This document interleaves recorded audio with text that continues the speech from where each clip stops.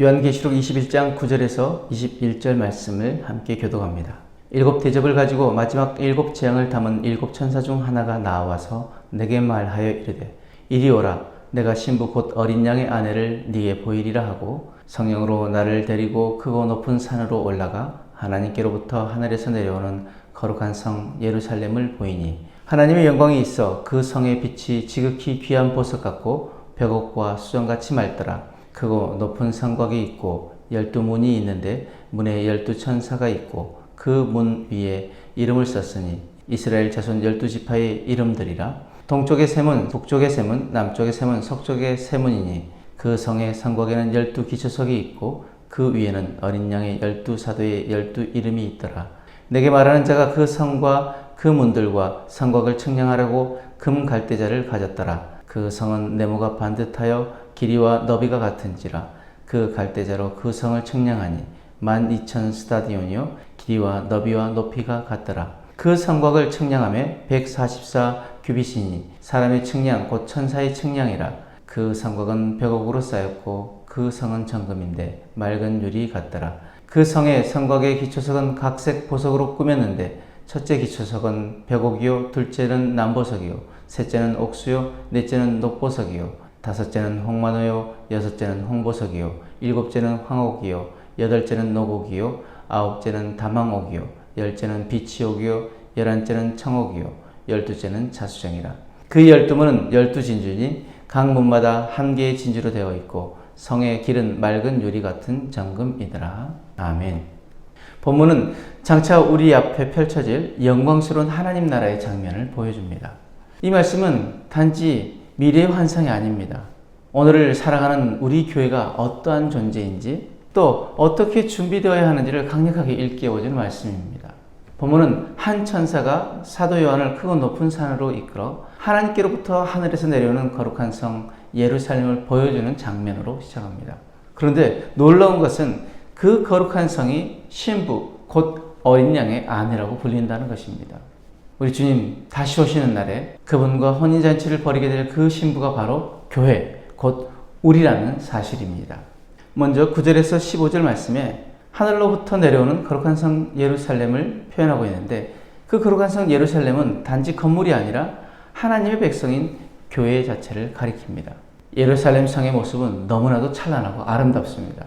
정금으로 되어 있고 벽옥과 같은 보석으로 장식되어 있으며 그 크기와 구조는 완전함을 나타냅니다.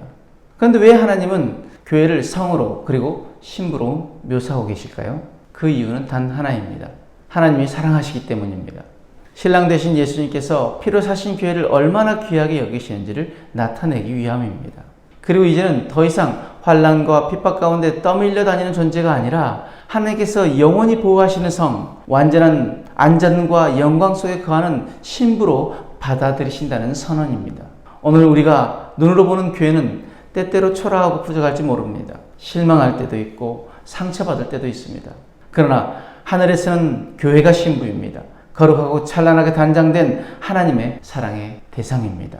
16절에서 21절 말씀에 이 신부 곧 교회의 모습을 매우 자세히 묘사합니다. 성은 정육면체의 모습입니다. 길이, 너비, 높이가 같고 그 수치는 12,000 스타디온, 즉 완전한 수로 표현됩니다. 이는 단지 크기를 말하는 것이 아니라 완전함과 하나님의 임재를 상징합니다. 왜냐하면 구약의 지성소가 바로 이런 정육면체였기 때문입니다. 그뿐 아니라 성곽은 벽옥으로 성 자체는 맑은 유리 같은 정금으로 기초석은 온갖 보석으로 꾸며졌습니다. 그러나 이것은 단지 겉모습의 아름다움을 말하는 것이 아닙니다. 이 모든 보석은 하나님의 거룩한 성품과 영광을 반영하는 상징입니다.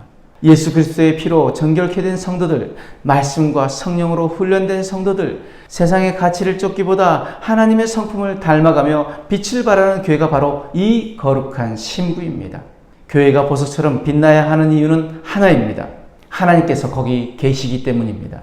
교회가 크거나 예산이 많거나 사람이 많다고 해서 영광스러운 것 아닙니다.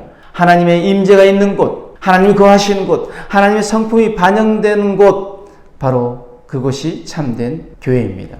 주님의 재림이 가까운 이때 교회는 단장을 해야 합니다. 신부가 신랑을 맞을 날을 기대하며 준비하듯 우리도 영광의 날을 소망하며 자신을 단장해야 합니다. 그렇다면 무엇으로 단장해야 합니까? 세상의 보석이 아닙니다. 사람의 인정이나 성공이 아닙니다. 오직 하나님의 거룩, 하나님의 사랑, 하나님의 인내, 하나님의 순결, 하나님의 성품, 바로 이런 것들이 오늘 우리가 준비해야 할 신부의 혼수품입니다.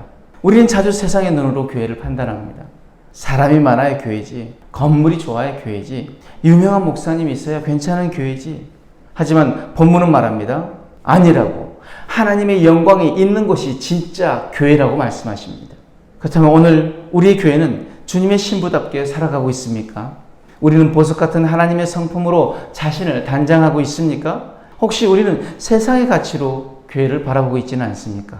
혹시 내 안에는 아직도 세상의 욕망과 자랑이 자리하고 있지는 않습니까? 이제 우리가 해야 할 일은 단 하나입니다. 아름다운 신부로 준비되는 일입니다. 주님의 재림은 멀지 않았습니다. 그날 주님께서 다시 오셔서 신부를 찾으실 때 이 교회는 준비되었구나, 이 성도는 정결하구나 하시며 반가이 맞이하실 수 있어야 하지 않겠습니까? 그렇게 될 수 있도록 오늘의 결단은 단 하나입니다. 주님 맞을 거룩한 신부로 준비되겠습니다. 그런데 이 결단이 우리 안에 있기를 원합니다. 오늘 이 말씀을 통해 하늘에서 내려오는 신부를 봅니다. 그 신부는 바로 우리 교회, 그리고 우리 자신입니다. 이 땅에서는 연약해 보일지라도 하늘에서는 찬란한 보석처럼 빛납니다. 이 땅에서는 세상의 눈에 감춰져 있을지라도 주님의 눈에는 가장 사랑스러운 존재입니다. 사랑하는 여러분, 기억하십시오. 이 땅에서의 시간은 신부로 준비되는 시간입니다. 그러면 세상의 장신구가 아니라 하늘의 장신구로 우리를 단장해야 합니다. 하나님의 사랑, 용서, 겸손, 순결, 충성, 거룩, 그 모든 성품들로 우리를 아름답게 단장하길 원합니다. 그리고 그날 주님 앞에 설 때 이렇게 고백할 수 있기를 소망합니다. 주님, 저는 준비되었습니다. 그리고 주님 오시기를 기다렸습니다. 이런 담대한 고백이 우리 안에 있기를 원합니다. 그리고 우리는 아름다운 신부가 되기를 소망합니다. 영광스러운 교회가 되기를 기도합니다. 그리고 그날을 향해 오늘도 믿음으로 걸어가는 저와 여러분들의 삶이 되어지길 주님의 이름으로 축복합니다. 아멘.